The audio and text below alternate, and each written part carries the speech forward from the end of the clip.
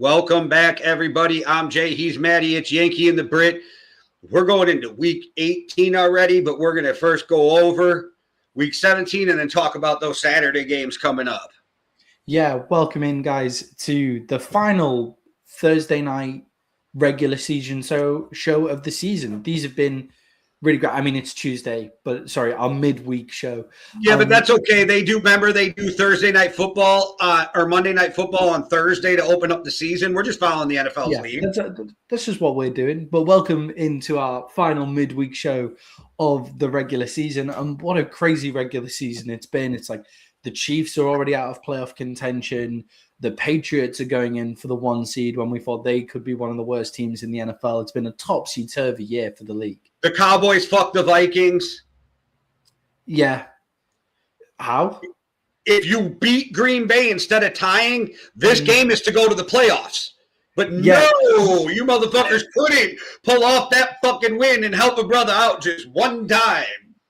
Crazy for the Vikings with all the stuff that's been said about them, for the Vikings to still be could have been in contention for the playoffs and that kind of stuff as well, just with what the media has been saying about the Vikings. But it's crazy.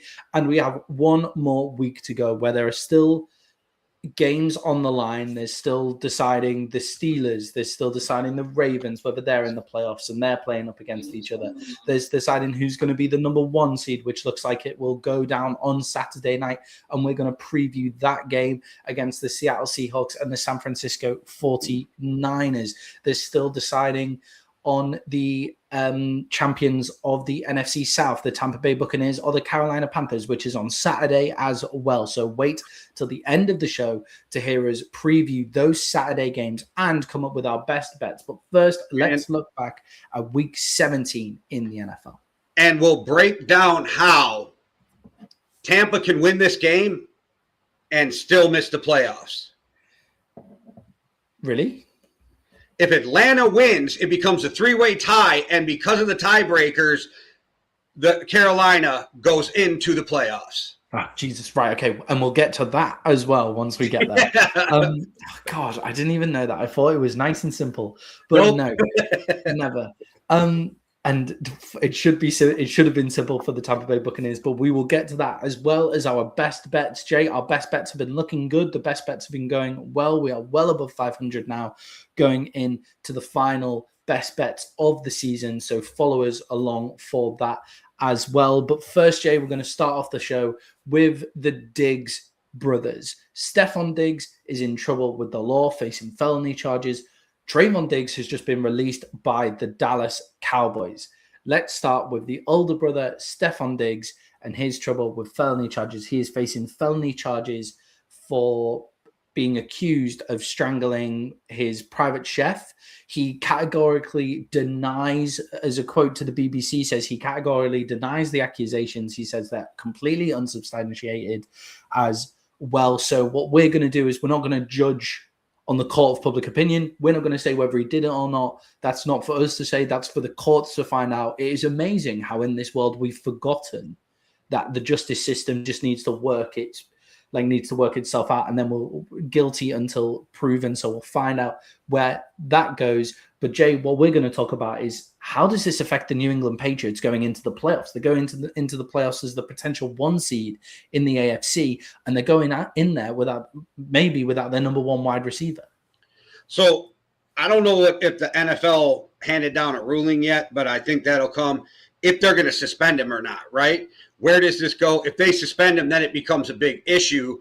If they wait to see how the court plays out, then it's kind of a non-issue because it won't matter until after the season for the Patriots. Like, I don't want to say it don't matter because, it's serious allegations, but it won't matter for the Patriots till after the season unless it's a big distraction. But Stefon Diggs seems to be the kind of guy who thrives in chaos. So I'm not sure that him being in trouble will really hurt his play. Will he end up getting suspended? For me, that's a big question. If he gets suspended, you take away a big target for Drake May, and you see those acrobatic catches he makes on the sideline. Like, that's that third down, got to have it type of guy. So if he's not there, I think that really hurts the Patriots moving forward. But we'll see what the NFL decides. Yeah, Stefon Diggs just had another 100-yard game against the Jets. 6 receptions for 101 yards. He is Drake May's favorite target. And this season, he's shown us why he is still a number 1 wide receiver in the league after having a down year the year before and it kind of all going sour in Buffalo towards the end of his time there. So going into these playoffs, it's just a lot of noise around a team who doesn't need the noise. Like the New England Patriots are a young team, second-year quarterback. Trevon Henderson is looking like their best offensive weapon, who is a rookie as well. Vrabel is an experienced coach, but this is his first year with the New England Patriots. It's just a lot of noise that they just don't need around their best player. From what I'm kind of reading and what the NFL is saying, they're saying we'll have no more. We will not comment at this time. He's going to hear the charges against him on the 23rd of January. So I have a feeling the NFL might not suspend him until the playoffs, so he will be there. But will Stefon Diggs, will this carry over? Will this kind of noise around carry over to him? Will it carry over to the team? It's not like he hasn't been surrounded by this controversy before. So I'll be interested to see what happens. But that's the kind of thing that we need to see how it goes. When we get there, I agree with you. He's thrived in chaos before. Like, it's not like he's not had this kind of noise around him before. And he might be able to appeal the ruling, even if they suspend him and drag it out till after the season. Yeah. So we'll see how all this plays out. But we'll let bigger legal minds than us figure out the guilt and the innocence of it all. And we'll probably comment it after we find out more, which will be probably in the off season. Yeah, I think looking out for Florio's ruling on this whole thing. This is where Mike Florio is the guy to go to. Football analysis, not the greatest mind. When it comes to football legal analysis, he's excellent. So I guess we'll find out with what Florio says. And as that comes up, if we hear more about it by Sunday's show, come join us on Sunday and we'll talk about it there if there's more information on it there, especially with the Patriots game that we will be talking about on Sunday. And then we go to a difficult evening, a difficult day for the Diggs family because Trevon Diggs has just been released by the Dallas Cowboys as well. Jay, is this the right call for the Cowboys? And who should go and pick up Trevon Diggs? So they eat $12 million in cap space, but they free up $12 million they eat $12 million in dead cap, but still free up. Some places said 5.8, some places said up to 12. I don't know the exact thing. I do know, I don't know his health. I don't know what happened to get him cut if there's some off-field shit because it was weird with him not being there for the Cowboys over some time, over hitting his head at home. That was some weird shit. I think there was more to that. But if he is healthy, I went and looked at his contract. $14 million next year, $20 million the 2 years after that. You could definitely redo that, give him the same pay if you claim him, free up space, make it a lot more friendly with bonuses. I don't know. Minnesota needs a fucking corner.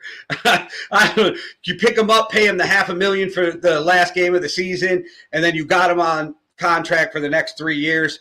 Sounds like a good move to me for Minnesota, and all of his bonuses are paid. So if you're willing to take that flyer, it can really be a 1 year, $14 million deal. Yeah, I mean, that would be an interesting play, obviously in need of cornerbacks as well. The problem I have with Trevon Diggs is he's not reliable enough to be your number one lockdown guy. Like he's not. Yep, that's why they have Byron Murphy. Exactly. So he needs to go to it. So it's all these places from what I'm reading and all the best landing spots are places where they all need number one cornerbacks. And it's like, that's not what Trevon Diggs is. Trevon Diggs has the talent to do that. He unfortunately just doesn't do that. He takes too many risks and jumps on number one to be marking number one wide receivers. If you're going to go mark number one wide receivers, then mark the number one wide receiver. Don't worry about just going ball hawking the entire time. So a really interesting team for me. And whether you want to bring these two guys together, I'm not sure.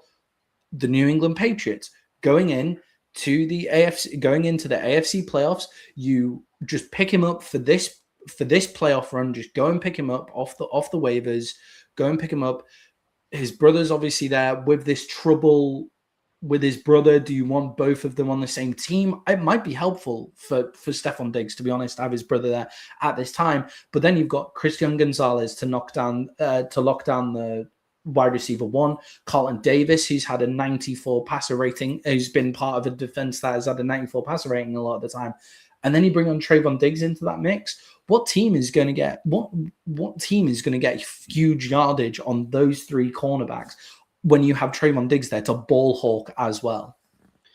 No, that's a good point. And you can use him just in zone, right? Like you don't have to teach him the whole playbook. You can go play zone on these plays and that's when he's the best, because now he's watching the quarterback, right? He doesn't have to have his back to the quarterback.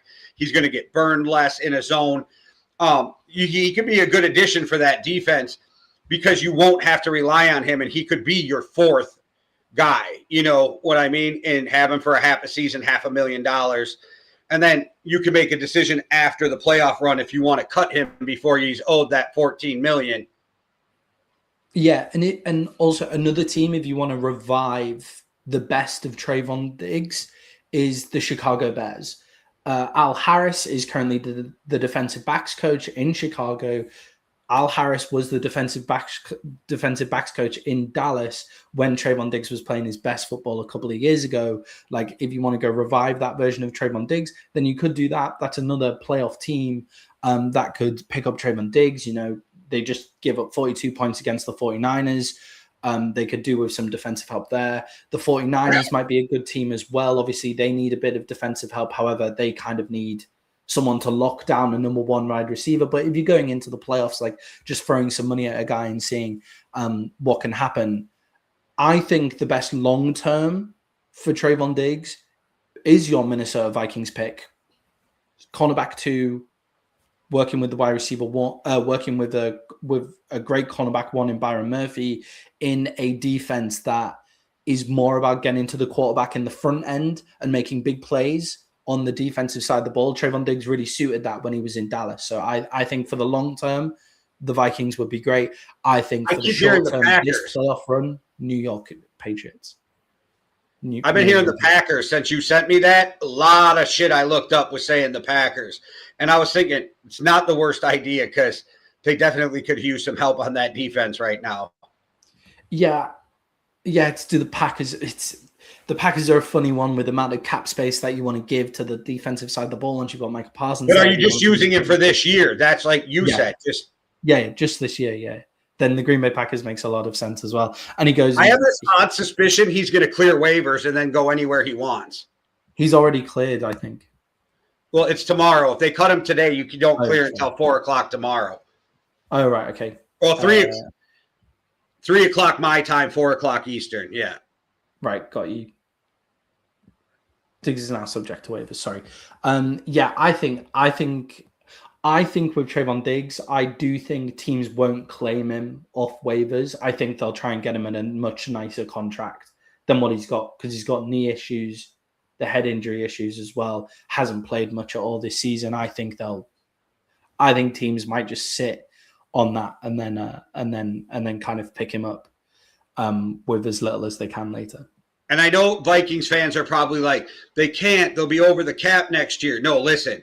In 2027, they have like 90-some million already free. It'd be very easy because they're going to do it anyway. And that's why they set it up this way, to move contracts around. And because it's already pre-negotiated in the contract, as long as they don't change the pay, they can change the structure anytime they want, right? So they're just going to move that money to 2027 because they're not going to need 90 million moving into 2027. So it'll be easy to free up space. And Jerry Jones has proved teams can free up space if they need it.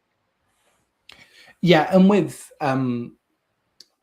it's the perfect time to do it for the Vikings with a rookie quarterback. Like when you've got your quarterback on a rookie deal, that's when you go do it, especially with him being a first round quarterback. So that you've got 5 years with rookie deals stuff. And if we're just talking 1 year deal, San Francisco ain't a bad landing either. Yeah, I think for 1 year deal, San Francisco, New England Patriots, Chicago Bears Eagles. Make most sense to me.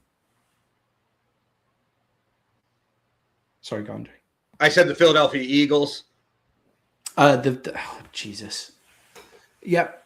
I mean, Adoree Jackson is the weak point on that defense. He is the only weak point on The that Buffalo defense. Bills.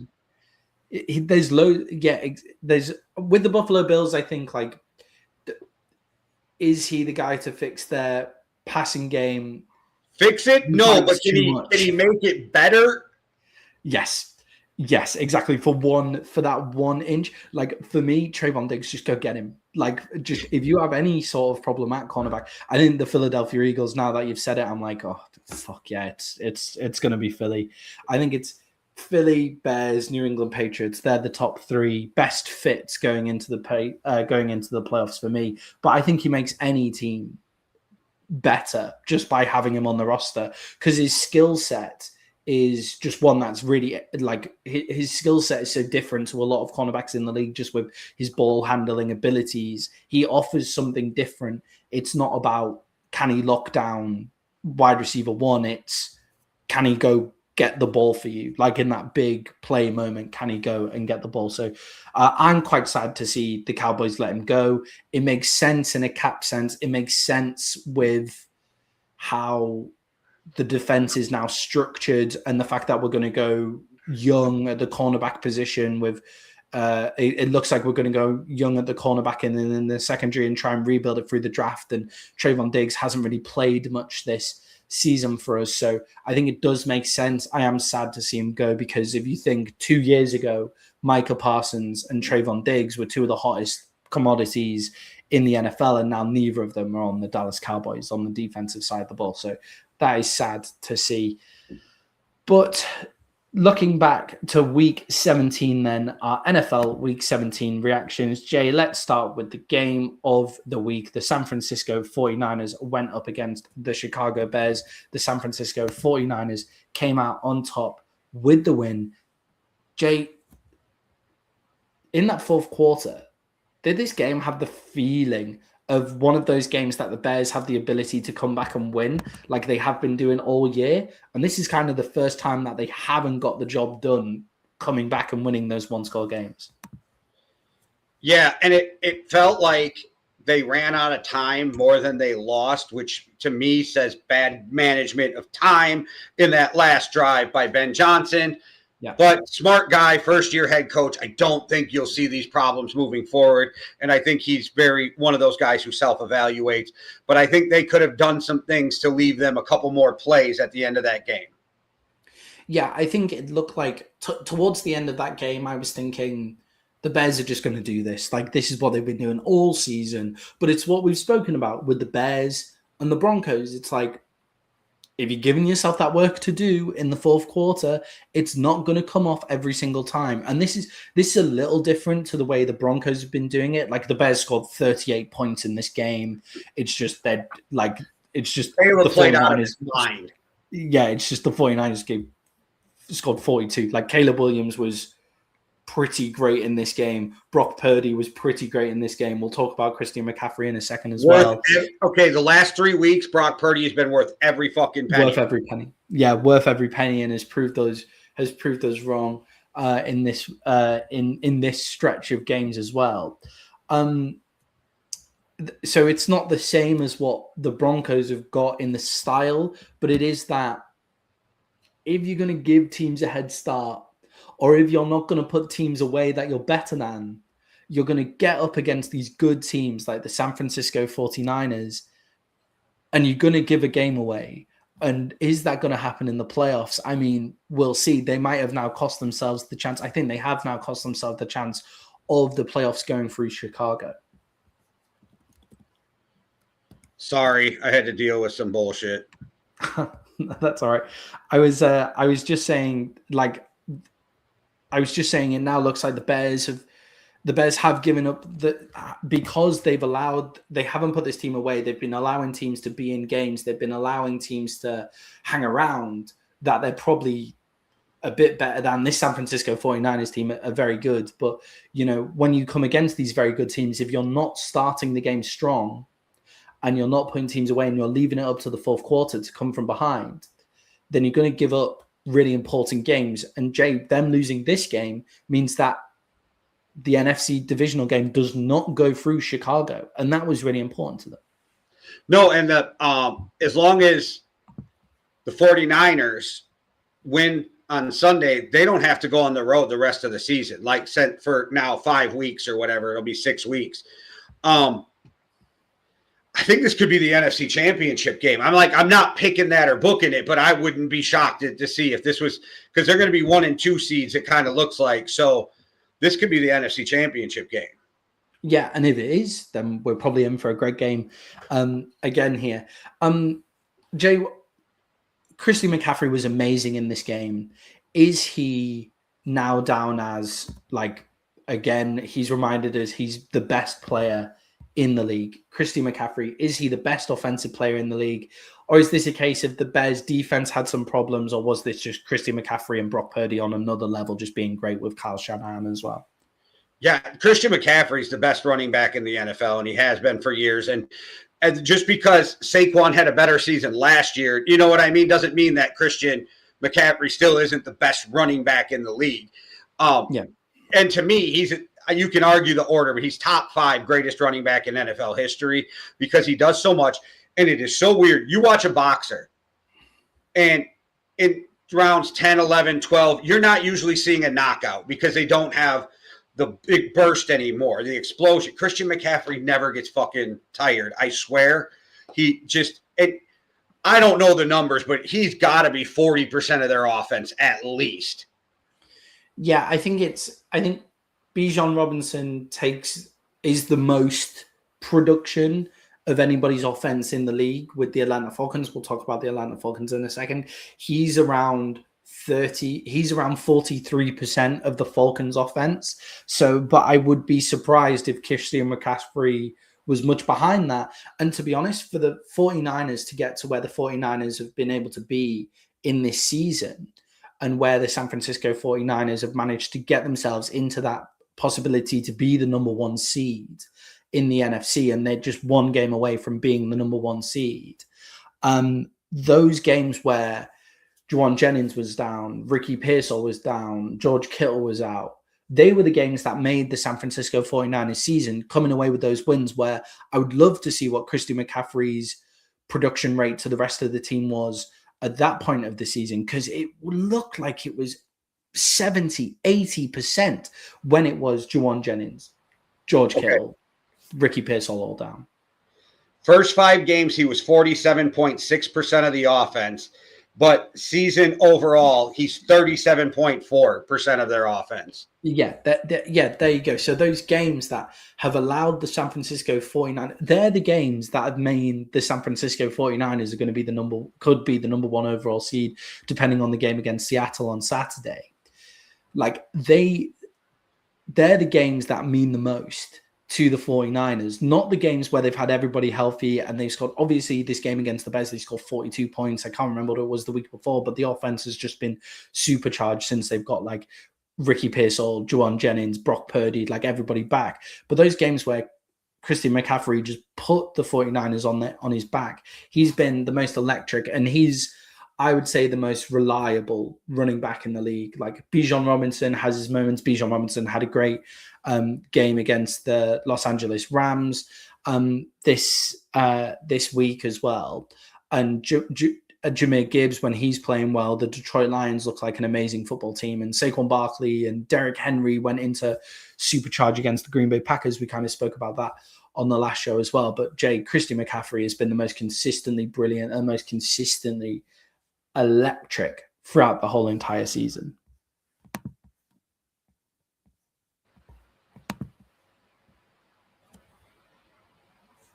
Sorry. All right, my bad. No, that's all right. But with Christian McCaffrey playing that amazing role that he's been playing as well, that also is backed up by these guys coming back: Ricky Pearsall, Juwan Jennings, and Brock Purdy. Jay, if you were, I was thinking about asking this question for GMJ. Let me check that I haven't actually asked this question for GMJ already. No. Okay. I was thinking about asking this question for GMJ. Who would you rather build your NFL franchise around, Brock Purdy or Caleb Williams? They both had amazing games in this game. Caleb Williams because he's younger, cheaper, and more athletic.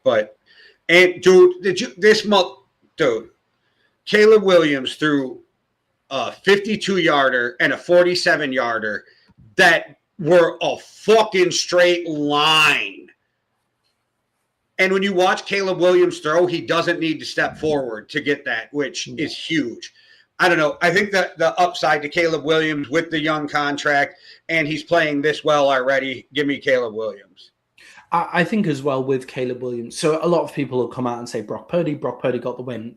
Look, like I like quarterback wins as a statistic. I get it. It is something that we should look at. Like if you're not winning football games, there has to be a point where it is to do with quarterback wins. But look at Cam Ward at the end of the season. Cam Ward is now has been getting his wins at the end of the season because he's been getting better and his team have been getting better around him. Like it wasn't all to do with him at the start. And people were saying Cam Ward was a bust because he had 0 wins. Well, he's on a shit team.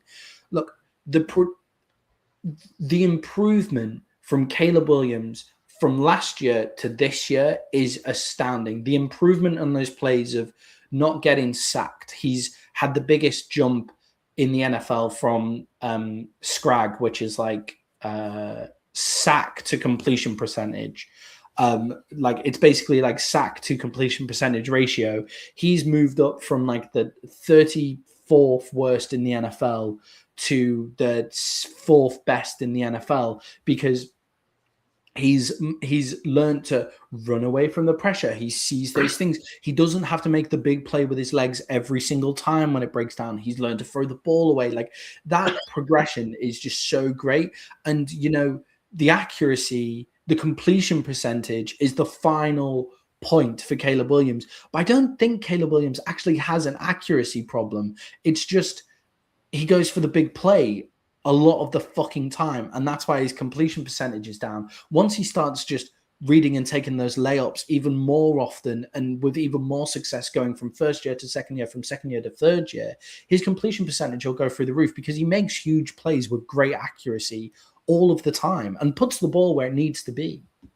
I don't think there's a wrong answer, though, because in the last 3 games, Brock Purdy's completion percentage is a little over 87%. Yeah, Brock. Yeah, and important to say with both these guys that Brock Purdy has also been an absolute joke since he's come back. Brock Purdy took a fucking huge step and is now on the verge of being one of those guys. Yeah, exactly. Like it's interesting to see. It's, to be honest, at the start of the season, I didn't know whether I would be asking the question like Brock Purdy or Caleb Williams, because halfway through this season, Jay, we were asking Brock Purdy or Mac Jones. That's the question that we were talking about like a lot throughout the entire season. And he's proved that it is Brock Purdy because once you have those weapons in there, he can connect with those guys. And it makes me think that foot was a bigger problem than people were leading on. Yeah, it must have been. Like it must have been. Like he must have been seriously injured, or like knocking off the rust, and those kind of things are important. And it's important to mention in this game we did without George Kittle as well. Yeah, that was an amazing game by both quarterbacks. And the 49ers have beat up on some teams that have really good defenses. So that game was really exciting to watch. That was one of the better games of the weekend, of maybe even of the season. That was fucking great. Yeah, and it was easily the best game of the weekend. I was looking through the games that we should be talking about, and it reminded me that's the best game of this weekend, considering the next game that we're going to talk about, Jay, is the Buffalo Bills going up against the Philadelphia Eagles. 13 points to Philadelphia, 12 points to Buffalo Bills. Philly come out of a horrible weather game in Buffalo with a win. But Jay, it was a win with some more question marks, the same questions that we've been asking of this Philadelphia Eagles offense throughout the season. Jay, why can't they be more consistent throughout a whole game? Because I was texting in the group saying, okay, the Philadelphia Eagles are here. I thought Saquon Barkley is going off in this game. He basically had like 68 yards in all basically in the first half. Why can't they get that consistency across 2 halves of football? That's the question, right? Like, what's going on? I think the more and more I watch this team, I just don't think they really like each other. And I think it's becoming a drain after all these years of not liking each other, but still banding together. And I kind of think that there's just a bad vibe in that locker room because they're so talented. They keep overcoming this, but you can't overcome it all the way to a Super Bowl year in and year out. Yeah, I definitely agree. I think there's some rifts in the team and maybe even some rifts in things like the coaching staff as well. I think the biggest thing for me, Jay, is just their complete inability to make adjustments in the offensive coordinating part, in the play calling part of this game. Like it because it's half to half, you've got to think that it's either in the first half where they've been able to watch you the entire season. They've been able to watch you the entire season and they're ready for what you've got. And then you need half time to go make the changes. And you're then able to make the little bits of changes that you can make to be better than a team that you should be better than in the second half. That's what it was at the start of the season, where they came out and they looked stale in first half of games and then a bit better in second half of games. But more and more into the rest of the season, it's the first half of games they look good. So I thought, Jalen Hurts, that's the best game that Jalen Hurts has played since the Super Bowl in the first half. That's the best first half of football that he has played since the Super Bowl, because the opposition that you're going up against, the weather conditions that you're in, the moment that game is at, that's the best half that Jalen Hurts had. Saquon Barkley was looking good as well. And then they have about 19 yards of offense in the third quarter and in halfway through the fourth quarter as well. I can't remember what they finished with in the second half, but I remember seeing 19 yards of offense in the third quarter and like half of the fourth quarter as well. It was insane to see. And it's just that complete lack of adjustment. And you're going up against a guy in Sean McDermott, who does make those changes on the fly and can make the most of you. I'm not sure whether it is the pressure. Jalen Hurts actually plays much better in the bigger spots of the game. Jay, what do you think of that comment? Is it pressure or is it adjustments in the coaching staff? What is it? Well, and I've been saying this for weeks, but lots of weeks. This scheme is like plain as fuck. Like there is no like real pizzazz to this scheme at all. It's very basic. They need to do more to get AJ Brown open. I don't know why they don't do more motions and movement. I don't know what is going on, because when we watched Saquon at his best last year, it was a lot of pulling and moving to get the defense off, and then you give Saquon that little hole and he takes it, right? And he's such an amazing athlete. And I don't know what is up with their play calling this year, but I've been saying it to Hitman all year, like it's scheme, and I know that Hitman's been losing his mind as an Eagles fan over the scheme, but I think there's a lot of problems, because you can't tell me if you gave this offense to one of the best offensive minds in the game, with Shanahan, of McVay, or whoever, right, that they aren't going to make the best out of A.J. Brown, Smith, Saquon Barkley. They're not going to utilize Jalen Hurts' biggest strengths. I don't know. I just feel like it's a coaching problem right now, because there's talent everywhere. Yeah, it's Nick Sirianni is taking over seem to take over a lot more of the play calling in this game, and they used much more motion. They used much more motion in the first half of this game than they have in any games so far. In any games that they have so far this season, they took lots of motion throughout. Go on, Jay, you take that. Oh, I've just been saying for years that Swift is an amazing athlete, but he's soft. And so that's my problem with him. But Swift is one of those guys that's great for a 1-2 punch, right? Where Saquon's just an all-around back. Like, Saquon's one of the best backs in the NFL. It's just he hasn't been given the opportunity to play at his level this year. And again, I will go down to scheme. They don't do anything to help Saquon by scheming him to get more open. It's almost like they just hand him the ball and go, okay, go find the hole, where that's not the Eagles that we were used to seeing last year. Yeah, I think since Swift has got Monungai in Chicago, Swift has been a lot better. Like since Swift has got Monungai in Chicago, he's got a lot better. He's got Monungai takes those big hits as the bell cow back, and Swift comes on for the pulling big plays, right? With Saquon, actually, if you watch Saquon last season, most of his yardage was from like one-off huge plays, like doing 2 or 3 of those a game. They were actually only averaging, like in those inside carries, about 2 to 3 yards a carry for most of last season. It was 2 to 3 yards a carry to Saquon, 2 to 3 yards a carry to Saquon. And you would be looking at those stats and you're thinking, oh, they've stopped the Eagles' run game. And then all of a sudden, Saquon bursts a 50-yarder out of nowhere. When you have that tush push like they did last year, you get 3 yards, 3 yards, and 3 yards from Saquon. Yeah. Well, then we're tush pushing the 1 yard. So that's all you need. But that's the thing is, every great running back, like you can say that about Adrian Peterson, right? Mm-hmm. You say it about every great running back. Oh, 3 yards, 4 yards, 3 yards, 4 yards, 60. 3, you know what I mean? And that's the thing. Yeah, exactly. And another trait of a great running back is, and this is Saquon, they always fall forward. They always fall forward. Like Dalvin Cook used to kill me with his lost yardage plays, even though he had the big playability. It's like you don't get that with Saquon. He's always falling forward. So even a bad play is 1 or 2 yards. Yeah. Yeah, get back to the line of scrimmage. Like you're not behind the 8 ball on second down. Yeah, exactly. But with the Eagles and down to why they can't get that consistency, I mean, it is to do with like so much of their consistency was based on Saquon Barkley last year, but also it is just they had more motion than they've had all season. Nick Sirianni came in and is put in a lot of motion, and then they just once like great defensive coaches like Sean McDermott, like motion doesn't this having to do the same motions all the time isn't quite enough to fool them. Like it's enough because you surprise them because they use the least motion in the NFL to go into using some of the most motion in one half.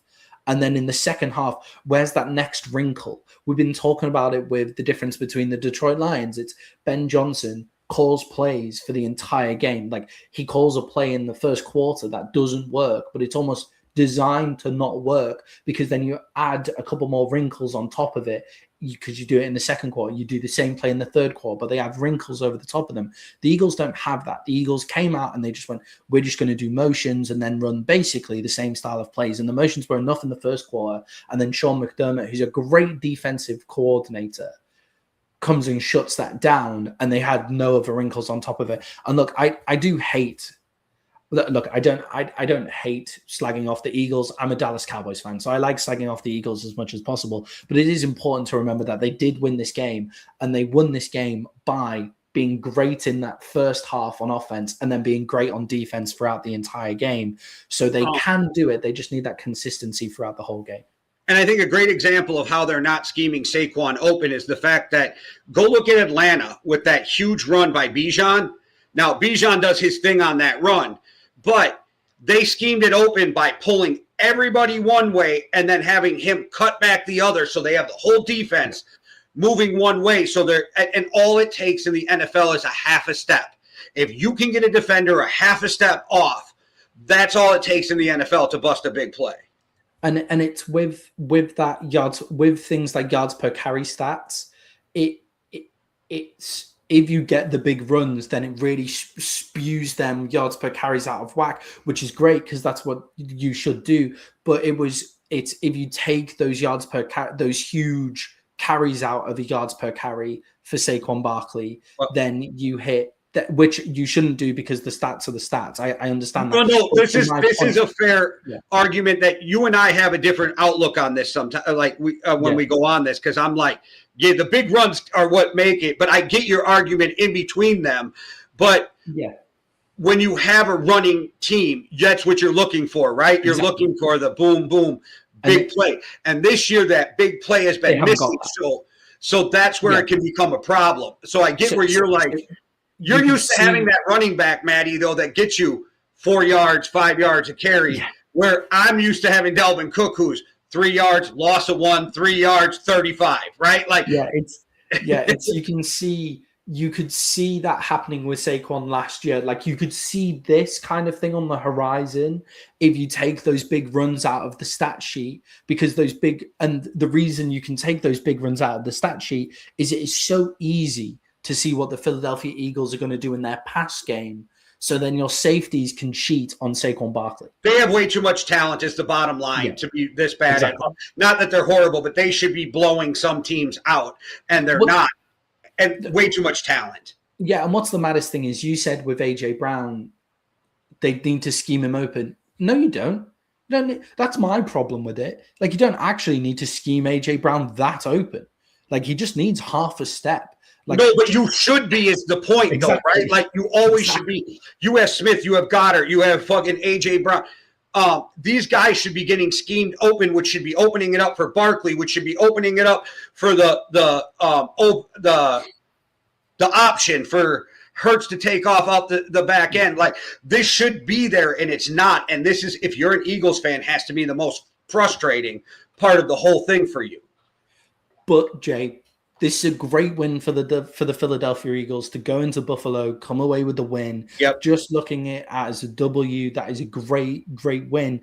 And Jay, their defense looked awesome in this game. Their defense looked like it was back to full strength. That defensive line had Josh Allen running around, and making Josh Allen look like that is a huge thing for a defense to be able to do. So if they can fix their offense, if they can get a flow going throughout the game, then that is going to be really important. But Jay, why were the Buffalo Bills not able to get across the line in this second half? Like the Eagles offense was so awful. The Bills had so much of the ball. Why could they not get across the line in the second half?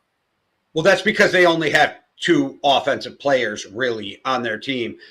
Also, Josh Allen did everything he could to win that game for him at the end. There were some balls that should have been caught in that last drive.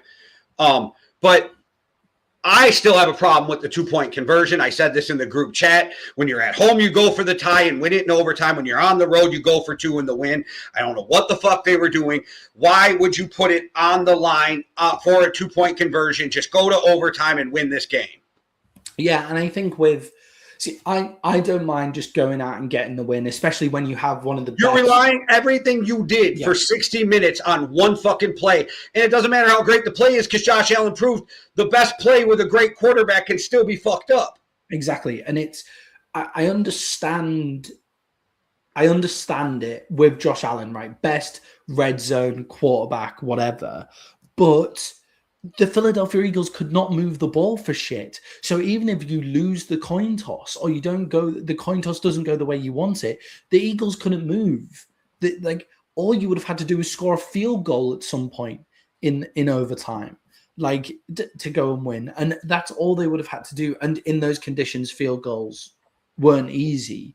But the Eagles weren't moving the ball at all. They couldn't move the ball. So just grab the tie. You're dominating this Philadelphia Eagles team at that point. By the fourth quarter, they were absolutely dominating the Eagles here. So get that point, come away into overtime, and then go out and get the win. And it's not like it's down to a coin toss anymore. Like with the new overtime rules, you've always got a chance to go out and win it as well. So yeah, I didn't get that decision. So they actually did the best. They actually did the best that they could to go out and win that game, and then they just got it wrong on a 2-point conversion, which was just stupid. But Jay, feels like not the most consequential game because obviously the Patriots went out and won anyway. But Jay, are the Buffalo Bills out of Super Bowl contention without playing in Buffalo in the playoffs? The only reason I say no, they have at least one game, and now they've got none. The only reason I say no is because of the playoff picture in the AFC, right? Yeah. It's the Jags, it's the Patriots, which Patriots are great. The Jags are playing better. But, you could see the Bills beating any one of these teams. You could see them losing to them, too.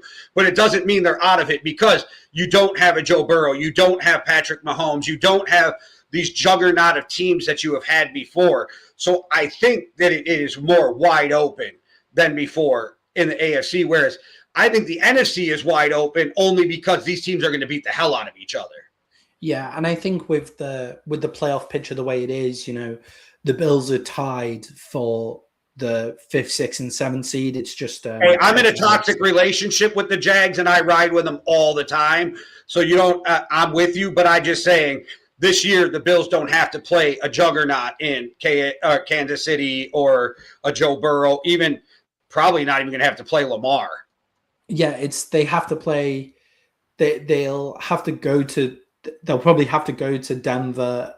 They might have to go to Denver at some point and beat the Broncos, but. What do we see from the Broncos? You know, they get you into a lot of one-score games. They've been beat by the Patriots, and they have beat the Patriots already. So that could be a coin flip of a game. Are they better? Are they worse than the Patriots? The Jags, I think I would pick them against the Jags, and then it's the Texans. It's the Texans, the Chargers, the Bills. And the 5, 6, and 7 seed are all at 11 and 5 as well. So they could be the 5th seed, the 6th seed, or the 7th seed going in. So it's is it going to go through Denver? Maybe they might have to go there. That could be difficult against that defense in Denver. But you're right, there is no juggernaut team. They'll have the best quarterback in the playoffs. That's what's going to happen on the AFC, unless you take Drake May as the best quarterback in the playoffs. I do. I take the MVP as the best quarterback, but that's okay. Yeah, I mean, like obviously with like Drake May with that second-year quarterback without any playoff experience, like no, I get what you're saying, but I got Drake May winning the MVP. So, and I know you in the group chat said Matt Stafford lost the MVP, and I said no, Drake May took the MVP. Yeah, they both. That is a classic example of both things can be true. That Drake May had the best game of his career and looked unbelievable, and then Matthew Stafford also threw 3 picks as well. So the Buffalo Bills not out of it because it's not going through Buffalo, but that would have helped them a lot. Jay, another team that has stumbled recently going for playoffs is the Los Angeles Rams. They just lost to the Atlanta Falcons. And Jay, I was watching this game and just thought, why haven't the Atlanta Falcons played like this all season? Why hasn't this been this season's Atlanta Falcons? I was just sat and taken aback by it because Bijan Robinson was amazing. Kirk Cousins had another good game. Kyle Pitts is strong. Like the defense is wicked as well. Like why hasn't that been the Atlanta Falcons all season? I'll answer that in a second. Just to answer you, it's not a bad bet 5-1. It's going to be brutal in the NFC playoffs, but the Bears don't have to play away from home till the NFC Championship game if they keep winning. And if the number 1 seed gets knocked out, they could have home field through. I like what the Bears are doing. I just think it's a monster task to get through the NFC this year, but 5-1. I mean, that's good odds on about anything. And Ben Johnson's an offensive genius.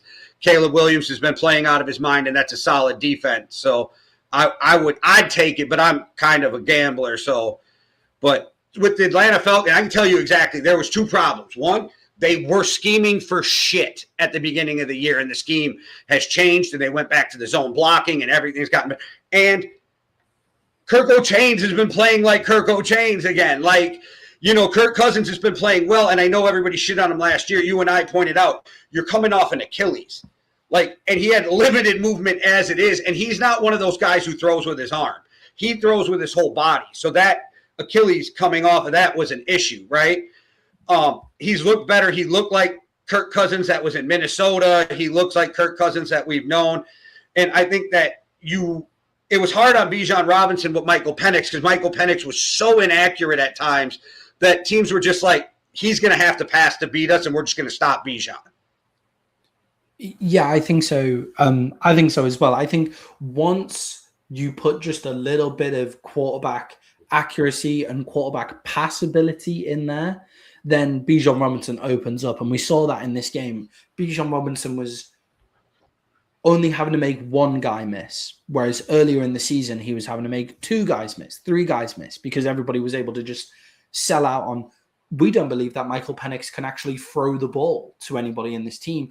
And I feel like I've been needlessly harsh on Michael Penix throughout the season, but it's just his mechanics just looked wrong. Like when he was throwing the ball, he just looks wrong. And if the Falcons are smart, Michael Penix will not be their quarterback next year. That's what, if they're smart. but they're not. They can't do that because they've invested too much draft capital. He's a young quarterback, all of that kind of stuff. So Michael Penix will be starting for the Atlanta Falcons next year, and we'll go back to seeing what we've seen already, where Michael Penix does have much more upside ability to Kirk Cousins. But when you've got Bijan Robinson in the backfield and you've got a defense that play really solid football, you don't really need that upside ability from your quarterback as much. You can just deal in a guy actually just throwing to these massive body targets that you've got in Kyle Pitts and Drake London to make third down conversions, and then just give the ball to Bijan Robinson the rest of the time. Like that's all the Atlanta Falcons needed going through. And I think the biggest improvement in this game, Jay, was their defensive side of the ball.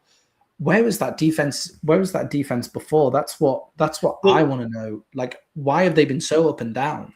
That's it. We saw glimpses of this defense. You and I have talked about the potential of this defense. But part of their problem is their number one sack guy on their team is a rookie. Their number one interception guy on their team is a rookie, which just means they're just going to keep getting better. But they did kind of go younger at spots, and now it's starting to pay off. So they can be the one who plays spoiler, though, and I guess we can kind of hit on this quick.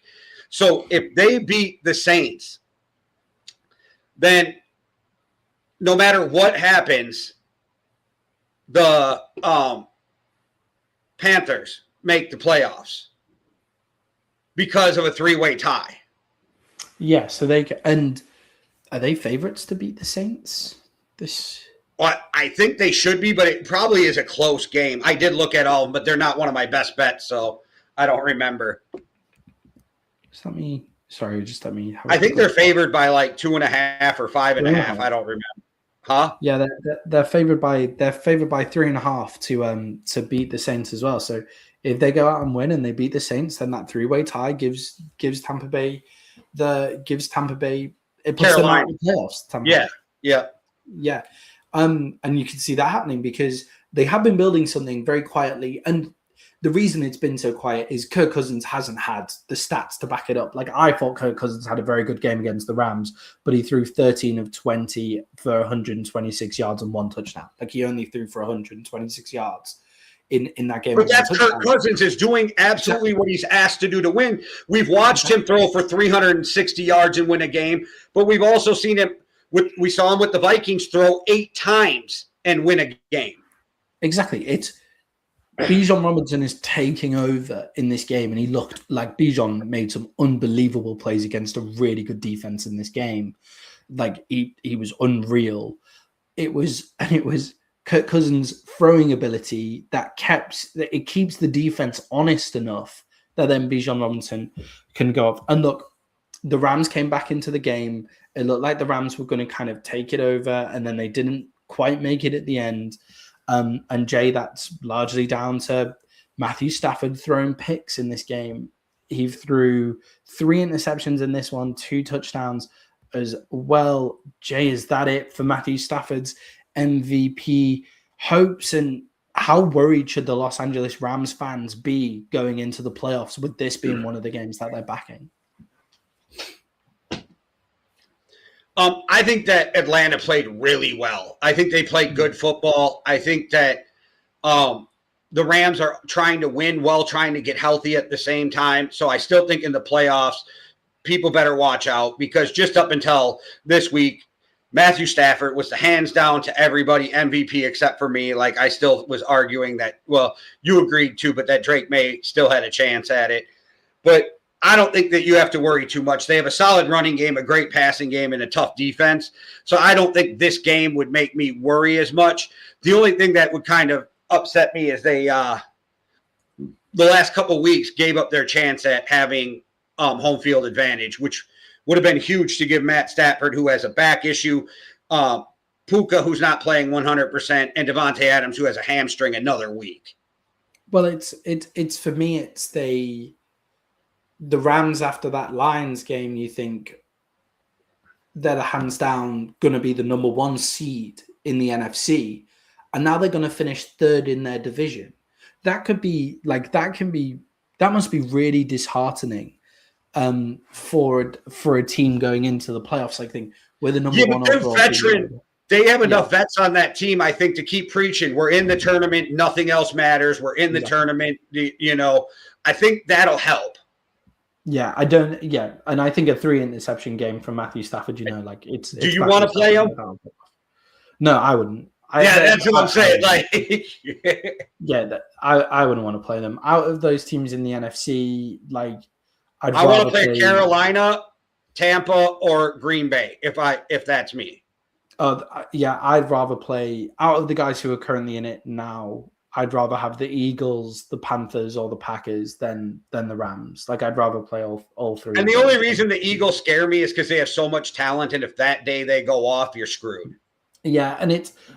Would you rather play the Rams or the Seahawks? Would you rather play the Rams or the 49ers? Would you rather play the Rams or the Bears? I think it's all like a bit of a wash with those guys as well. Like I think there's slight tiers to this thing. I think those 4, 49ers, Rams, Bears, Seahawks are the 4 top tier, and then there's a tier underneath that. But, you know, as you've said already, the NFC is kind of wide open because it looks like they're all just going to beat the shit out of each other because of the style of football that everybody in the NFC is playing. Yeah, I'm excited. This year. Yeah. Okay, difficult game for the Rams there. Really great game. And then, Jay, I thought I would throw these 2 games in here. They're kind of inconsequential. This game is kind of inconsequential. The next game is not. But the Tennessee Titans went up against the New Orleans Saints. And, Jay, this is one of the games that I watched and genuinely enjoyed this weekend. I was sat watching it and I just thought, do you know what? Like, this actually means something in the NFL in a week where a lot of the games didn't really mean much, or a lot of the games that did mean something were not great games. This actually did mean something. If it wasn't anything for this season, it was both of these teams placing themselves going into next season. And Jay, are the Tennessee Titans and New Orleans Saints both in really good places going into next season? Well, I mean, they're moving in the right direction, if that's what you mean by in good places. Like, I don't think either of these teams are coming out and fucking fighting for a Super Bowl, but they're definitely both going in the right direction. Both of them, no matter what anybody else feels, both of them feel like they found their quarterback of the future. So I still think Tennessee is poorly run, so we'll see what happens there. But I think the Saints are in a better spot because I think they have a better coach. But don't get me started on Gail Benson again and how awful of an owner she is. Yeah, I think this was a really sneaky, great game. Like the Tennessee Titans, they go out in front early. Cam Ward makes some huge plays. 2 rookie wide receivers in Tennessee as well. DK, who is actually in the Pro Bowl as a returner and has the most all-purpose yards in the league because of return yards as well. Once you add in return yards, because he's got 2 touchdown returns on special teams as well. So he's actually got loads of all-purpose yards in the league. So you have DK, and then you have A Minor as well, who is actually a really nice route runner as well. So the 2 rookie wide receivers, rookie quarterback, connecting nicely. The offensive line isn't as bad as a team that only has 3 wins in Tennessee as well. Like when you see a team only has 3 wins and a rookie quarterback, you think, oh shit, this offensive line must be terrible. But Cam Ward has been holding the ball for way too long at the early part of the season just because of that scheme as well. So I think Tennessee have some nice stuff going forward, but I do think a team that could really jump from kind of that worst to first area is the New Orleans Saints. Like the coaching in the NFC South, the New Orleans Saints might have the best coach. Kellen Moore might be the best coach in the NFC South. Like when you look at Todd Bowles, oh damn it, who the other coaches in the NFC South? But you've got Todd Dave Bowles. Canales. Todd Bowles, Dave Canales. Dave Canales is the one guy that maybe takes him off the top with Kellen Moore there as well. But Kellen Moore is running a really good organization there. Kellen Moore looks great. Tyler Shough, I wasn't a big fan, but he's put away those awful plays that he was making in college. He had just some disgustingly horrible plays in college, and he's got rid of those. They're not there to be seen either. They've got Chris Olave. They managed to keep him through the trade deadline, and it looks like he's staying, and he looks good as long as he's injury fit. They've Estime at running back is a huge pickup for them as well. Has looked really great since Devin Neal as well looked really great, but he went down and Alvin Kamara went down, and Estime is still running the ball really solidly. So I think the Saints are in a really nice place to jump, in a place where the Tampa Bay Buccaneers are in flux and the Carolina Panthers, we never really know where they are as well. So give me, I really like the New Orleans Saints going up. Jay, any ideas who you think might be the Tennessee Titans head coach going into next year?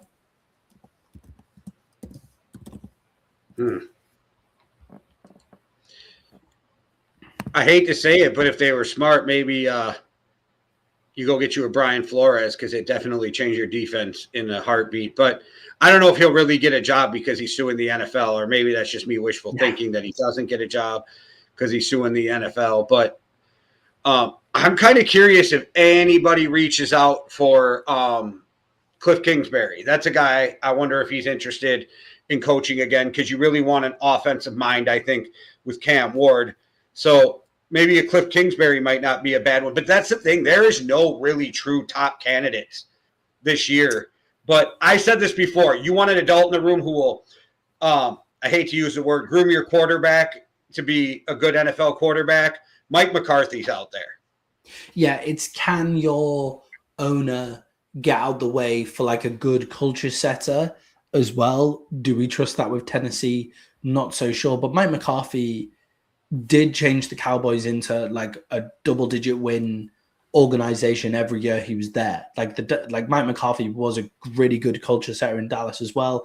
That makes a lot of sense to me.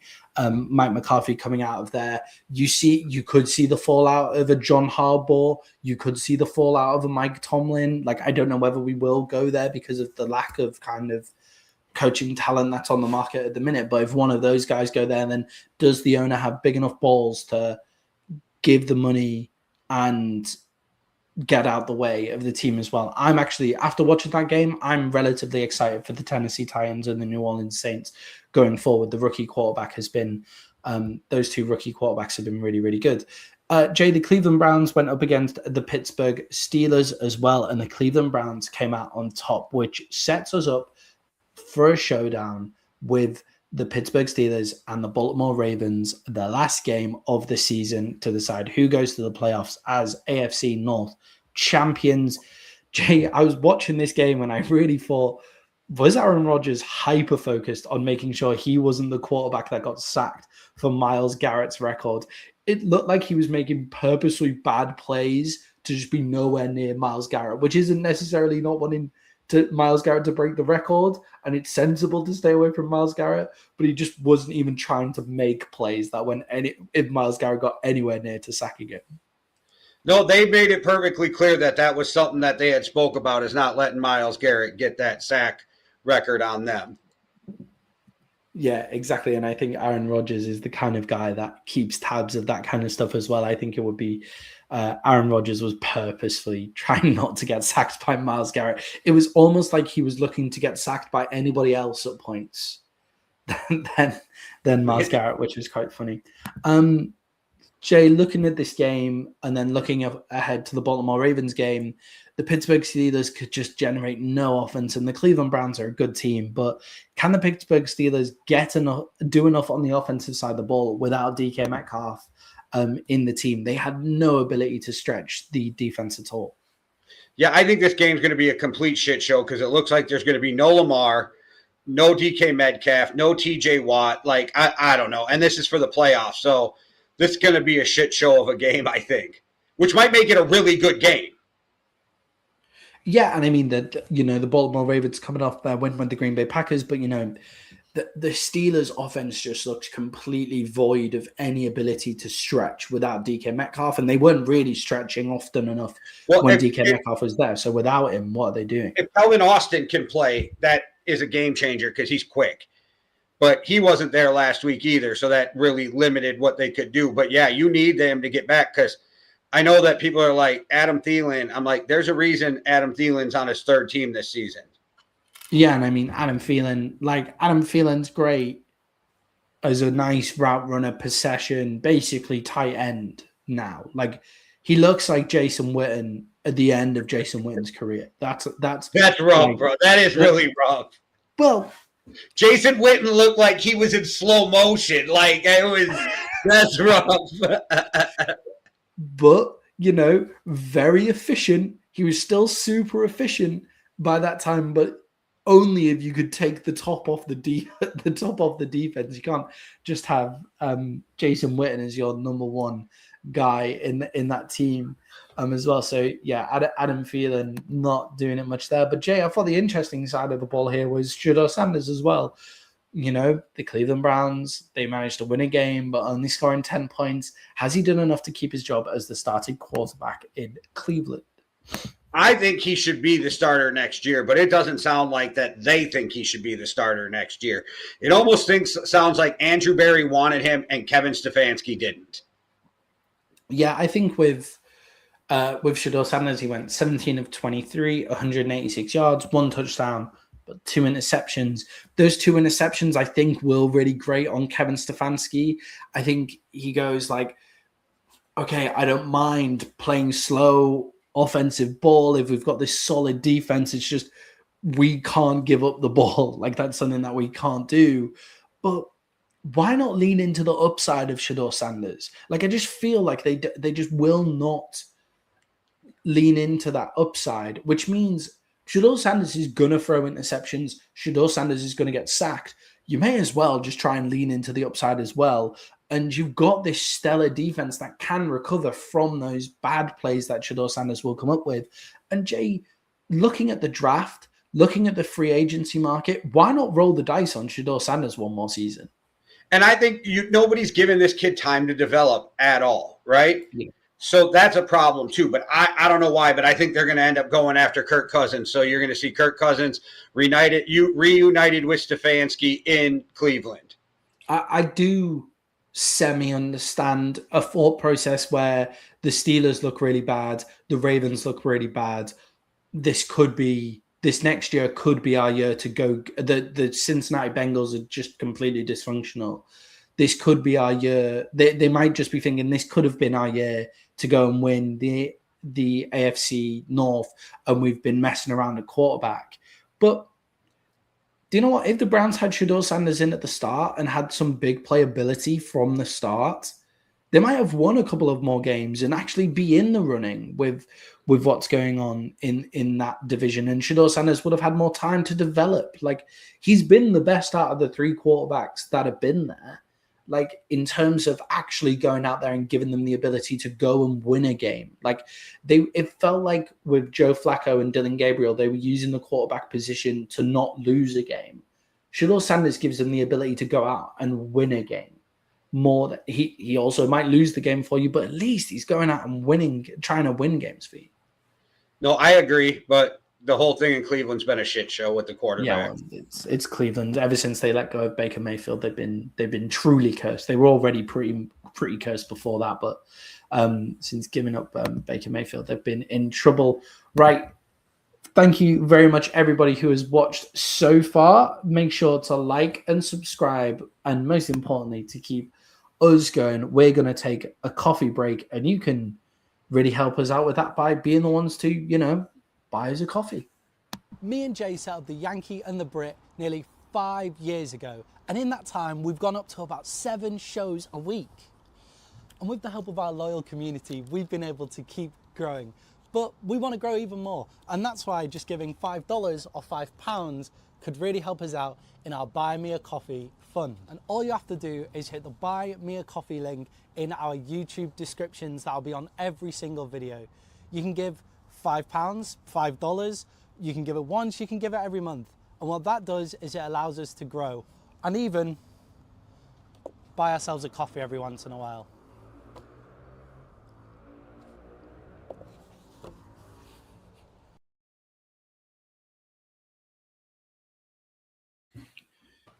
So, guys, if you want to support us by buying us a coffee, you can scan the QR code in the top corner of the screen, or you can go to the link in the description of this video. But, guys, We don't need monetary support. The best thing for us to do is all of our viewers hit that subscribe button. So make sure that you are subscribing to the show.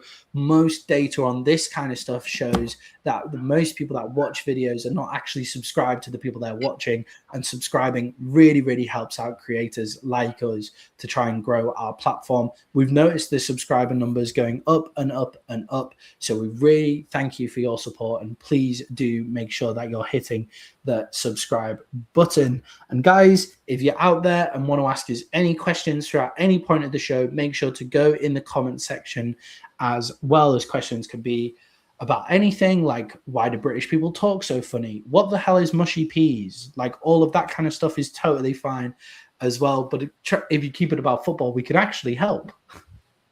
Well, mushy peas are just mushed up peas with butter, right? So not necessarily with butter. Stock makes the best ones. God, I had some disgusting mushy peas in a pub today, Jay. Like, they were fucking horrific. It was my own fault for having fish and chips in a pub. I was just stupid. You should only ever have fish and chips when you're by the sea. I was in the countryside and had them in a pub. That's funny because bars here are known for the best fish fries. Oh, well, like, pubs are really good as long as the pub is on the sea. I was in the country. I was in probably some of the furthest you could get away from the sea in the UK today, and the mushy peas were just absolutely horrendous. But anyway, moving on to more things football. Thank you very much, guys, for your support. We're now going to go through our MVP and rookie MVP of NFL Week 17. Let's start with our rookie MVPs. Jay, who have you got as your rookie MVP this week? Colston Loveland and Luther Burden the third. I'm putting them together. Both rookies went off in that game combined for 233 yards and 2 touchdowns. 2 rookies for the Bears get my rookie MVP. That is one of the things that is great about the Bears. You know, second-year quarterback, lots of young talent in the wide receiver and tight end room. Was it second-year Roma Dunze, first-year Luther Burden the third, which he's been great all season, and Colston Loveland at tight end keeps on coming up with big plays about them. So really great for the Bears going forward there. Jay, mine, I've gone for the defensive side of the ball on my rookie MVP this week. I've gone for Xavier Watts of the Atlanta Falcons, who got the 2 interceptions, 4 tackles and 1 assist. But Jay, those 2 interceptions in the game against the Los Angeles Rams, they were the 2 game-changing interceptions. Jesse Bates takes a great pick 6 as well, but Xavier Watts' interceptions were both at crucial times in that game. And to get those interceptions as a rookie, give me Xavier Watts on an Atlanta Falcons defense that is looking younger for the first time in years. I like it. He's the leading he has the most interceptions on the Atlanta Falcons, leading them in interceptions, I believe, with 7. Yeah, top play from Xavier Watts this season. And Jay, your full MVP of this week. I mean, it's got to be Brock Purdy. Over the last 3 weeks, Brock Purdy's been lights out. Did everything he needed to do last night to win that game, or did everything he needed to do the other night to win that game. And it was an amazing thing to watch. And I know people were like, oh, Brock Purdy's being cringy with his dance. No, shut up. Let that dude celebrate. Yeah, who cares? 24 of 33 for 303 yards, 3 touchdowns and 1 interception. He was great in that game. Jay, my MVP of this week, I have 2. I have Bijan Robinson, who just looked crazy for the Atlanta Falcons in that game against the Rams. 22 carries, 194 yards. 194 yards, nearly a 200-yard game against one of the best defenses in the league. He looked standout brilliant. But Jay, another guy who looked absolutely incredible, and I would just like to give a congratulations to Mark Duffy, who was the winner of our fantasy league this season, largely thanks to the play of Drake May, 19 of 21, 256 yards, 5 touchdowns. And Jay, he was benched in the 3rd quarter. He was playing so well. So does the Canadian get a shout out for helping him build that team? Yeah, the Canadian always gets a shout out for being the best helpers roster builder in the NFL. All right, just check it. No, shout out, Mark. Congratulations. Again, answer my question if your address is still the same. I hope he sees that. Duffy, you don't have to put it in the chat if you don't want. If you don't well, want, no, he private messaged me last time, so I have it in our messages. That's why I just asked him, is it the same? Because if he hasn't moved, then I already got it. It's Duffy. Mark Duffy is the second year that he's won our fantasy football. Guys, if you want to be in our fantasy football league next year, it is great fun. We were on a 14 league team. It is super fun. We talk about it a lot on the show as well, and we often ask people if they want to come join us to chat on like the show and those kind of things as well when they're in our fantasy. So if you're a fan of ours and you want to join our fantasy football league, we might even be able to set up a second league, or you can join our current 14 team league. There's usually some guys that drop out and some teams that need taking over as well. So feel free to come join us. But congratulations to Mark Duffy. Congratulations to Drake May on a 5-touchdown game, Jay. He looked absolutely unbelievable. I agree. It was incredible. Yeah. Cool. And then we move on to GMJ. And this week, Jay, I thought we could have a look at our rookie quarterbacks, because last season we did something called a rookie quarterback watch. It didn't seem like it was as needed because there weren't as many rookie quarterbacks in the league this year. But Jay, there's been some great standout performances from rookie quarterbacks this year. Who do you think has been the best rookie quarterback this season? Jackson Dart. He's got a passer rating of 92.7, solid completion rating, can score with his arm or with his legs, perfect for what they're building in New York. He's going to have two great receivers next year with Scatterboo back also behind him. I'm a big fan of what's going on with Jackson Dart. Yeah, he immediately became the juice in New York. He immediately shows up and the New York Giants have an offense with juice. It's a shame they've had so many injuries and, they are starting to kind of play for low draft picks and those kind of things. Sorry, got a cold here as well. But Jackson Maddie was doing blow during the break. I know. Yeah. Can you guys not see some white powder? And then that's what Cam Scatterboo's been doing since he was out, I reckon. You can't be that energetic without having just a bit, not throwing Cam Scatterboo underneath it all. But Jackson Dart, Cam Scatterboo, Malik Neighbors, they're going to be exciting next year. But shout outs to and Tyron Tracy has looked good again, starting to come back after the injury and stuff like that as well. Whoever is going to be the head coach of the New York Giants has a lot of fun to work with. Jay, Cliff Kingsbury at the New York Giants makes loads of sense to me, getting a young offensive coordinator in there. I think it's going to be John Harbaugh or Mike Tomlin that is the head coach in New York. That would be fun. That would not be as fun because they just go out and play winning football. Cliff Kingsbury would be a lot of fun. Cliff Kingsbury would have them like some sort of Harlem Globetrotter shit going on with Jackson Dart and Malik Neighbors and what they've got going on with those young talents there. But Jay, I agree with you. Jackson Dart's probably been the best. Cam Ward, Tyler Shook has looked good as well. Shador Sanders obviously in there. Dylan Gabriel as well. They're the rookie quarterbacks that we've had so far this season. Jay, Cam Ward's played on probably the worst team and has looked pretty consistently great as well. Could this be a really good class after people thinking that it was going to be a really down class this year? I think you could end up with 4 guys who start in the NFL out of this class, so that's a good class. It's a great class, right? I think Dylan Gabriel's the only one that I can't see ever becoming a starting quarterback. Yeah, exactly. So that's a great class. And then if you think of the class before, we've had 2 great back-to-back quarterback classes. Actually, I don't think this class has the star power of Caleb Williams, Drake May, JJ McCarthy, Bo Nix. Well, maybe Quinn Ewers can play too. We don't know yet. Yeah. Quinn Ewers as well. Just came away with a win. That's what I'm saying. So we don't know. To get the books. The jury's still out on Quentin Ewers, right? He could still be a starting quarterback. I think the only one I'm convinced that they're not is Dylan Gabriel. Yeah, I think that's fair. I forgot that Quinn Ewers was, for some reason, I forgot that Quinn Ewers was this class. For some reason, I thought that Quinn Ewers, this was his second year in the NFL, but it's not, is it? It's his No, first year. he was a 7th round rookie this year. Yeah, I keep forgetting that he was a rookie this year. Okay, I agree with you with Drake May. Jay, this leads us to our final piece of Week 17 before we move on to Week 18. We have our NFL Week 17 overreactions. Jay, what are you overreacting to this week? I don't even think this might be an overreaction, but Malik Willis is better than Jordan Love. Is that Malik Willis is more talented than Jordan Love, or is that Malik Willis is better in this scheme than Jordan Love? It could be both because he throws great. He's more athletic. He runs better.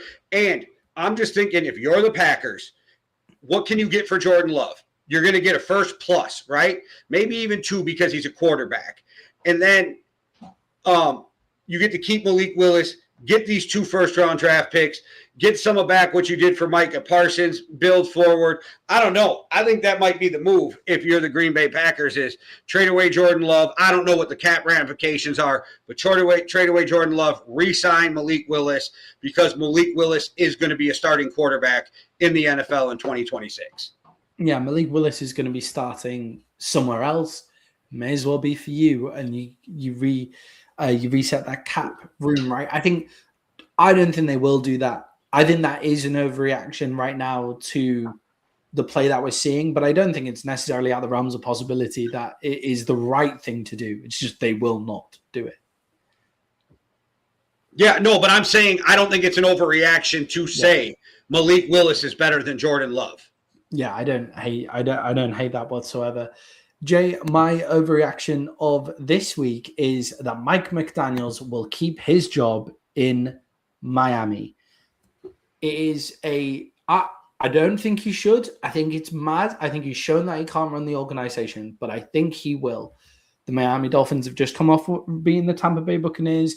The Dolphins have looked better in the second half of the season. They've benched their quarterback, Quinn Ewers. Let's see if he can play. Like, they honestly might keep him there because I think it's getting to the point where they would have fired him already. Like, if they weren't going to keep him there. And it is a low talent coaching cycle coming out in this coaching cycle as well. They might keep Mike McDaniels. That's why next Monday is called Black Monday, because a bunch of coaches get fired. So if they keep Mike McDaniel, then they just prove that they're an inept organization that doesn't know what they're doing and they just want to be shitty. Yeah, I massively agree with you that it would be completely inept. I just think the Dolphins are going to do it. Like I said this when they didn't fire him at the time of firing the GM and when he was really, really, really on the hot seat, like in that midpoint of the season, where what are the Dolphins going to do if they look better in the second half of the season? They're immediately coming out and winning games. And Jay, they could actually, it wouldn't be out of the realms of possibility that they finish on a better record than the Tampa Bay Buccaneers this year. Like they could have a better record than the Bucs, like by the end of this year. Yeah, but you got to be grading on where you thought you should have been with this team, right? And that's the problem. Yeah, exactly. Like they should sack him. That's what they definitely should do. Will they? I don't know, because the Miami Dolphins are completely inept and they've started to look better towards the end of the season. So let's see what happens there. But Jay, that is week 17 in the books. It's over. It's done. Let's move on to week 18, where we're going to go over the 2 Saturday night football games. This is our preview for Saturday night with 2 division deciders. The Tampa Bay Buccaneers going up against the Carolina Panthers. The San Francisco 49ers going up against the Seattle Seahawks. Jay, let's start in Tampa. The Tampa Bay Buccaneers are 2.5-point favorites against the Carolina Panthers. Jay, do you trust the Tampa Bay Buccaneers at all in this terrible run of form, coming off a loss against the Dolphins to add to their woes? No, they fell apart. They fallen apart at the end of the season. I have zero trust left in this team. They're banged up. They're not playing well right now. And I think that I honestly think they're going to end up getting bounced when they had this division all in their hand for the last half of the season, and they just handed it to the Carolina Panthers. Yeah, 4 losses on the bounce in a span that is the Saints, the Falcons, the Panthers, and the Dolphins. They have lost all 4 of those games.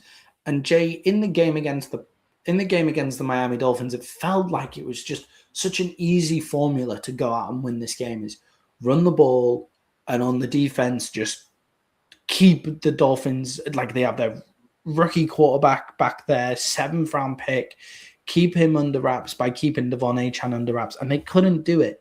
They really struggled throughout this game, and they just don't have it. And I agree. I think the wheels have completely fallen off. Jay, I've kind of been looking out for the Philadelphia Eagles fall off this season, and we have seen that Philadelphia Eagles fall off. The 2 years ago Philadelphia Eagles fall off. But we've seen it from the Tampa Bay Buccaneers. The Tampa Bay Buccaneers were put as these guys can go win the NFC. They're playing such great football. And then they've just completely fallen off in the second half of the year. Jay, what is to explain that fall off? They got a bit banged up, but this is a total collapse. Yeah, I think injuries happen, and then they just got that snowball effect of they couldn't bring it back from all of that. Baker was playing injured. Everybody at one point was playing injured. They missed Bucky Irvin for how much of the season? And I just think that also some of them guys on those teams are old, and I think a lot of this is finally catching up to them.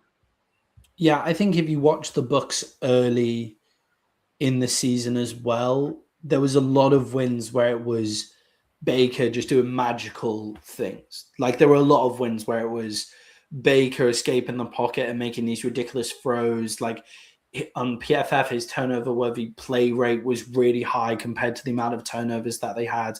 And once Baker kind of got injured, that limits those just completely magic plays that he was able to do. And once they took those away, then they're losing those one-score games. They're losing those close games that they had at the start of the year that Baker was kind of pulling out of the bag for them. Bucky Irvin getting injured, even though against the Buffalo Bills, Sean Tucker scored like 44 fantasy points. I think he had something ridiculous in that Buffalo Bills game. And Rashad White has been able to cover, but Bucky Irving is a different animal to those two guys. He's the all-round back, can do everything all of the time as well. And then when Mike Evans goes down and Chris Godwin's been available, unavailable, and both old. And then Emeka Egbuka had an injury as well. And Emeka Egbuka looked amazing at the start of the season. And then teams have kind of worked him out as well.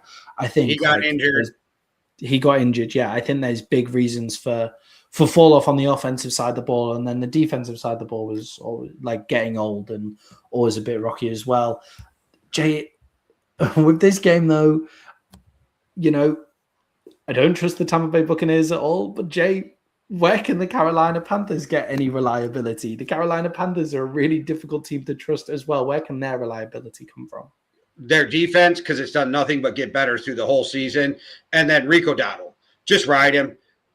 Just give him the ball and then come off of play action. I'm not saying he's going to run for 150 yards, but I'm just saying you've been doing this all year. Tampa, do not change. Carolina, do not change what you're doing now. Momentum is on your side, and you guys have been playing better as the year progresses, and Tampa's been going the other way. It seems like it is just destined for Carolina to pass them right now and get into the playoffs without even needing Atlanta's help. Yeah, it's like the Panthers have had some really weird games this year, like really strange games. They had that spate of games where sorry? They beat good teams. Exactly. Yeah. They beat good teams and lost to they beat good teams and lost to bad teams as well. But they had that spate of games where Rico Dowdle went for 200 yards against the Dolphins, then 200 yards against the Cowboys, and then it's like 150 yards against the Jets. In the middle of that as well. And then they get spanked by the Bills 40-9, but then they come back and they beat the Packers 16-19, but then lose to the Saints the next week. It's been a crazy up and down season. They then they beat the Falcons, lose to the 49ers, then beat the Rams out of nowhere. But then the next week they lose to the Saints, and then they beat the Bucs. And it's just, where are this Carolina Panthers team? They're just completely up and down. And I agree with you, Jay. This game is a business game. Ride Rico Dowdle. I don't care that Chuba Hubbard's a club captain. I don't care that Chuba Hubbard's a nice guy. I don't give a shit. Rico Dowdle is your best running back. Run behind him the entire game. And Bryce Young has played well enough and had those games. In those games where they've won those big games, Bryce Young has been excellent in big game downs. And this is a big game. So if Bryce Young can get off play action, he has shown that he is accurate enough. Tyrone McMillan has been excellent as well. And then that Panthers defense with the Tampa Bay Buccaneers the way that they are should be able to get enough done to just stay reliable and stay consistent against the Packers, against the Bucs team that just nothing's been going right with them. Jay, with all of that said, the Tampa Bay Buccaneers are still 2.5-point favorites. Who have you got in this one? I'm taking the Panthers in this. Give me the Panthers. Yeah, Jay, I'm inclined to agree with you on that one. Just that slump of form cannot be ignored from the Tampa Bay Buccaneers. So give me the Panthers at +2.5 in this one as well. Jay, that moves us on to the big game for the NFC number 1 seed and Jay for the title of NFC West champion. The San Francisco 49ers in San Francisco go up against the Seattle Seahawks. The Seattle Seahawks are 1.5-point favorites. And Jay, I think the big question is, will this dominant Seattle Seahawks defense be able to be on top of this stellar San Francisco 49ers offense? Which of those two juggernauts is going to come out on top? The unstoppable force or the immovable object? I think it's going to be a great game. I think it's going to come down to a couple plays, but I think San Francisco is the best team in the NFL right now. I think they're riding the best player in the NFL in Christian McCaffery, and Brock Purdy's playing out of his mind. George Kittle will be back because he almost played this week. I really like what's going on in San Francisco, and I'm just a firm believer when it comes to these big pressure situations, Sam Darnold turns back into a pumpkin and does some Sam Darnold shit. So I'm riding the 49ers. But if Sam Darnold plays a great game, then the Seahawks can absolutely win this game. This isn't some blowout or anything like that. But I think the San Francisco 49ers are the best team in the NFL with one of the best coaches in the NFL. Yeah, I it's difficult to disagree with that. I think the San Francisco 49ers defense, I think, is the most underrated defense in the league. I think their open field tackling always really impresses me. It's something that when you're going up against a guy like Christian McCaffery, open field tackling is really, really important. And I feel like you see the San Francisco 49ers do the best in kind of open field tackling. I think they look really good at that. But if a guy's going to make you miss and make you look bad at open field tackling, it is Christian McCaffery. Like, that is who he is as an NFL player. And the Christian McCaffrey effect on this 49ers team is just completely unpalpable, just completely brilliant. But with that being said, the San Francisco defense going up against that Seattle Seahawks offense, because I've kind of built that at the start that it's this defensive team in Seattle going up against this stellar offense. But actually, the Seattle Seahawks offense has been excellent as well. Jay, how does the 49ers stop the Jackson Smith and Jigba and Sam Darnold connection? Here's the kicker. If you go and look at the stats, yes, they have really good stats for the Seahawks, but they're bad on third down. And that's a problem.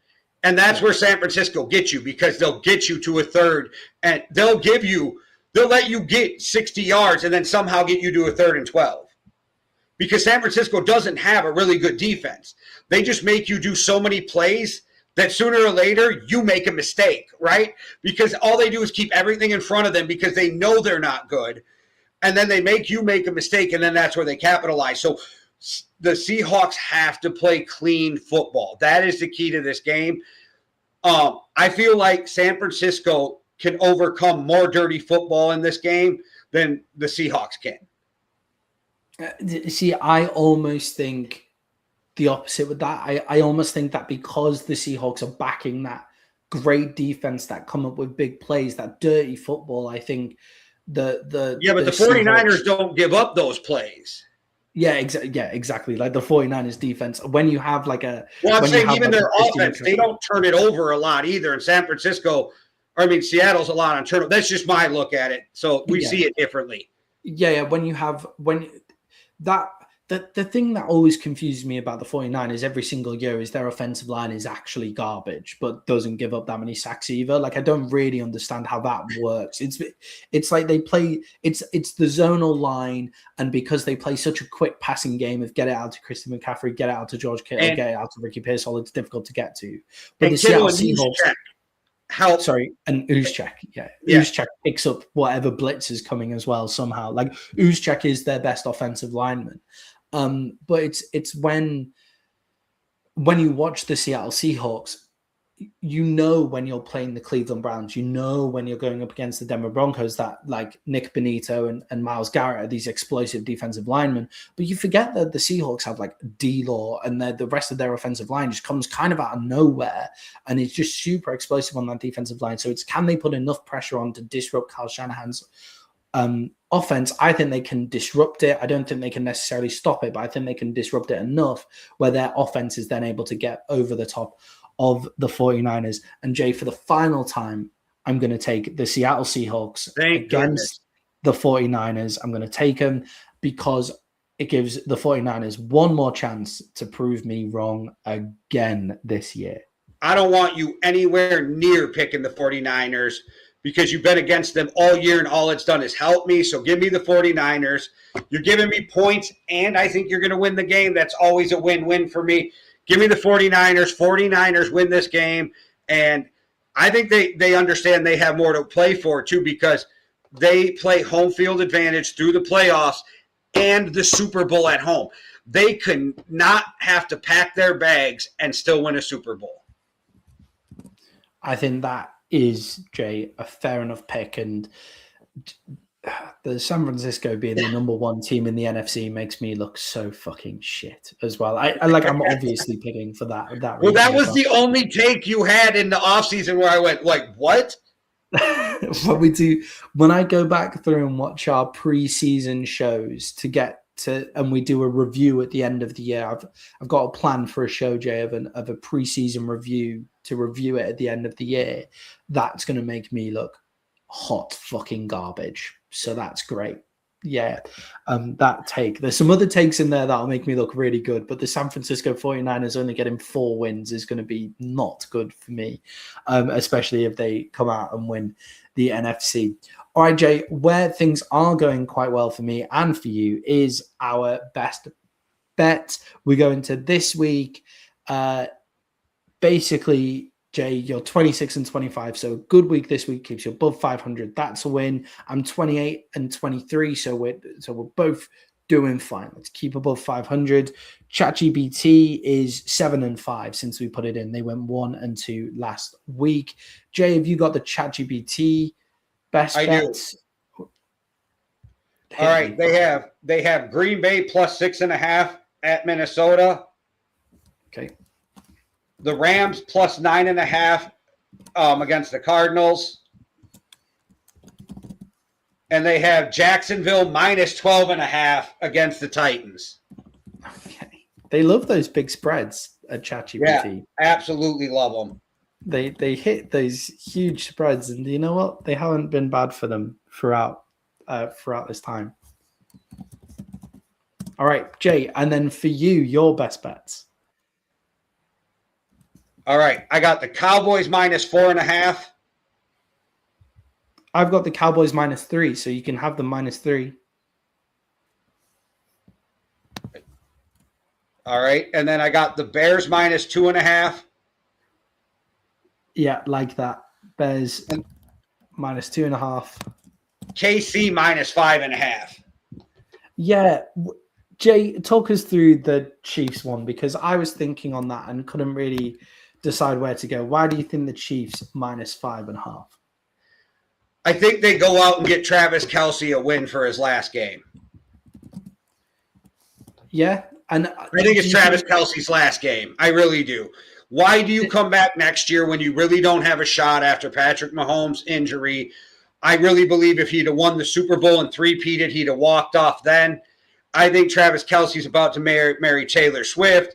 So I think the team knows it's his last game, and they're going to rally around him, and then he'll announce it after the game or at the because I don't think Travis Kelce wants the huge deal made about it on his last game. So I think he'll announce it after the game. I think it's his last game. Yeah, I think it's his last game. I think it's his last game for the Chiefs. I think it's also really important to realize that the Raiders are looking to lose games. The Raiders just lost a game by 24 points to the Giants, and I think the last time they made Max Crosby mad. Yeah, well, Max Crosby could be out of there next year. Let's chat about that. Let's just quickly chat about what happened with the Max Crosby saga in that Raiders game, just in case people missed it, and the fact that Max Crosby will also not be playing in this game as well. But Max he's been playing injured, so I get it. But Max Crosby was put on IR for an injury, for a knee injury, and then while the Raiders were playing, put up a video of him playing basketball, bouncing off his injured knee. But see, that's the thing.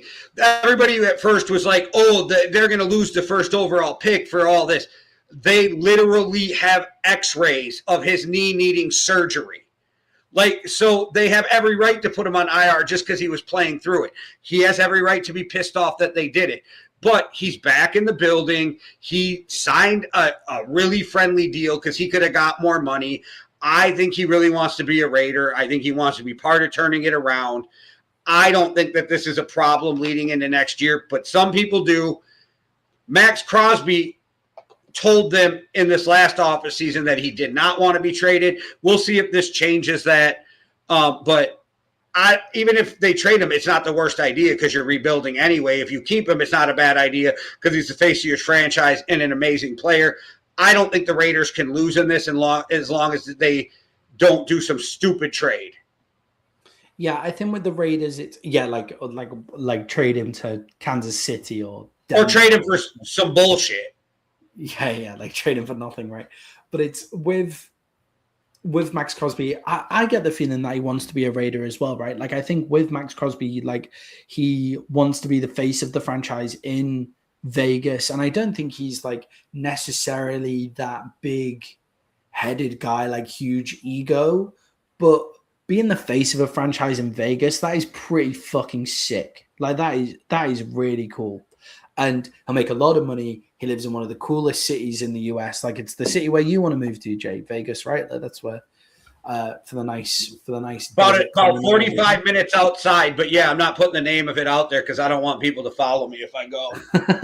Yeah, the house prices let's keep those house prices down without announcing it out here.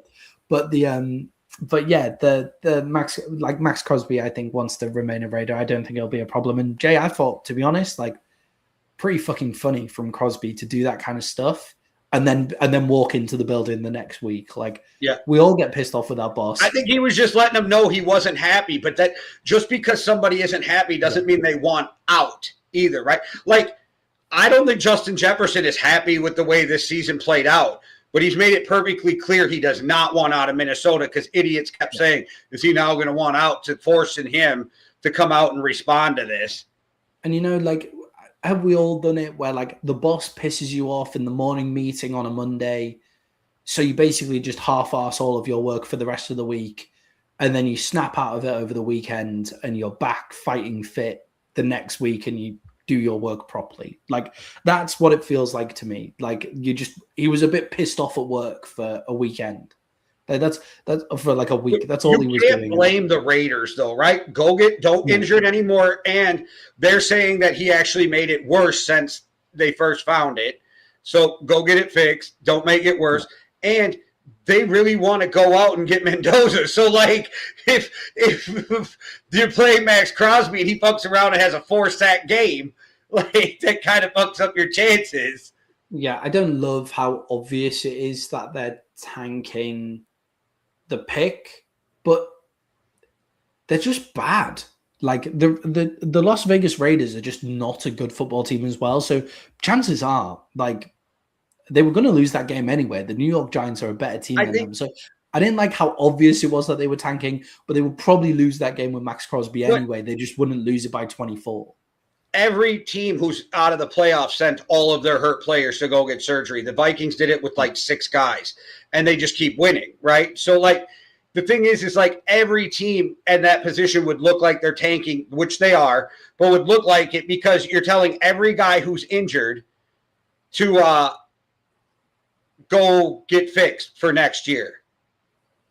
Yeah, sorry, Jose. We're on our way out. We're about to end the show. We'd be out of here already if it wasn't for the Raiders. But don't worry, we praised your Patriots, and I talked about how Drake May is already the MVP, so I don't want to hear that shit from nobody else.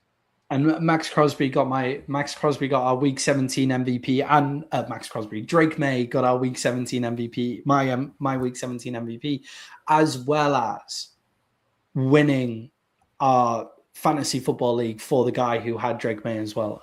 Drake May went out and did that. So yes, the Patriots are back. They are top of the AFC, and they are a real contender to go out and win. They've got the Broncos ahead of them, sorry, for the number 1 pick, but we'll see where it comes. Jay, I still think they're better than the Broncos, even though the records don't say it. Okay. Yeah, I agree. Jay, my best bets, just to finish off here. You didn't even give them. I'm going to take the Cleveland Browns plus 7.5 against the Cincinnati Bengals. The defense for me is just so good, and the Cincinnati Bengals offensive line is so poor that Myles Garrett's going to get the record in that game, and they'll keep it, like, they'll still lose, but they'll keep it within a touchdown loss.